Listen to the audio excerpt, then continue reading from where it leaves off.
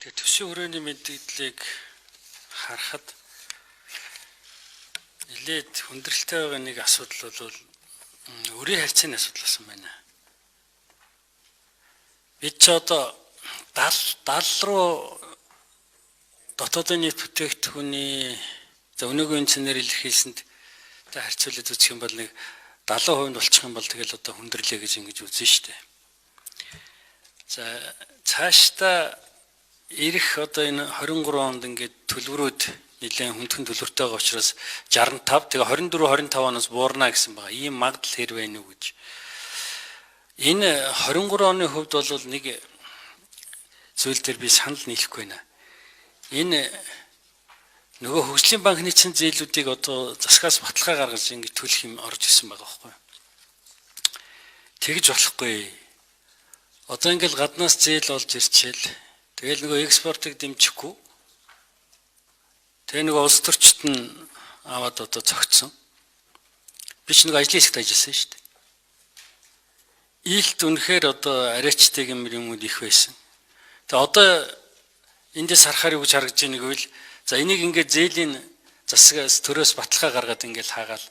Тэг явандаа айгүй бол нөгөө хөгжлийн банка за энэ маань явахаа байлаа гэл ингээд дампууруулад тэгээд энэ зээлийг татвар төлөгчдийн мөнгөөр төлөх нэ гэж ингэж харагдаж. Ингэж болохгүй. Би тэр төсөв дагаж зурж ирсэн тогтоол дотроос энийг авч хаяарэ гэж ингэж хэлмээр байна. Энэ хэрэглэхийн сайд чирдсэн байгаа юм шиг байна. Тэр төсөв санаач гэсэн энийгээ буцааж аваар.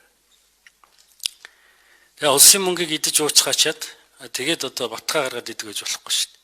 Төрөөс төлөх. Манай дарга сайд нар сонгуулийнхаа менежерийг тавьж байгаа зогчихсон байна шүү дээ. Энэ тогтоолдоо татаж авахгүй юм бол би нэг бүрчлэн ямар бүлэглэл, ямар хүмсүүд орж хин хэний ямар ашиг сонирхол бүхий компаниуд байгааг нь ил гаргаж тавина шүү.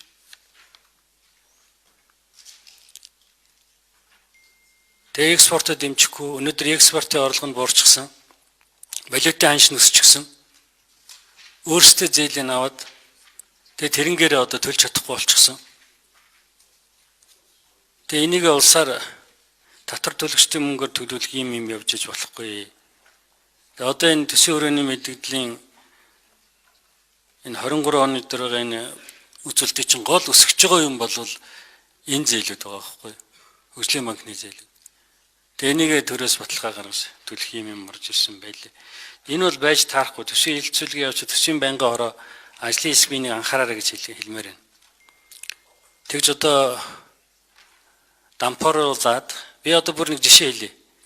Дампуурж байгаа Чингис банк руу 30-аас 40 тэрбумын зээл өгж байгаад өөрсдөө усцсан байхгүй юу? Өөрсдөө усцсан. Дампуурж байгаа банк лөө. Тэгээ навилгалтай тэмцэх газар мазар энэ прокурор нь юм шалгаж чаддгүй юм шиг байна. Улс төрийн өндөр эрх мэдэлтэй улсуудыг бол бүр чаддгүй юм шиг байна.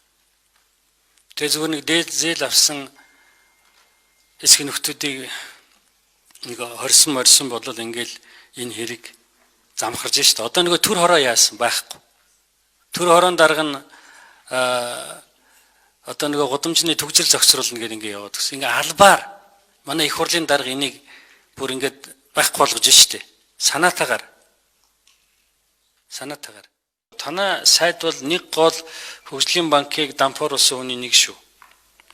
Тийм учраас цаатсан төлхийг яарад байгаа юм.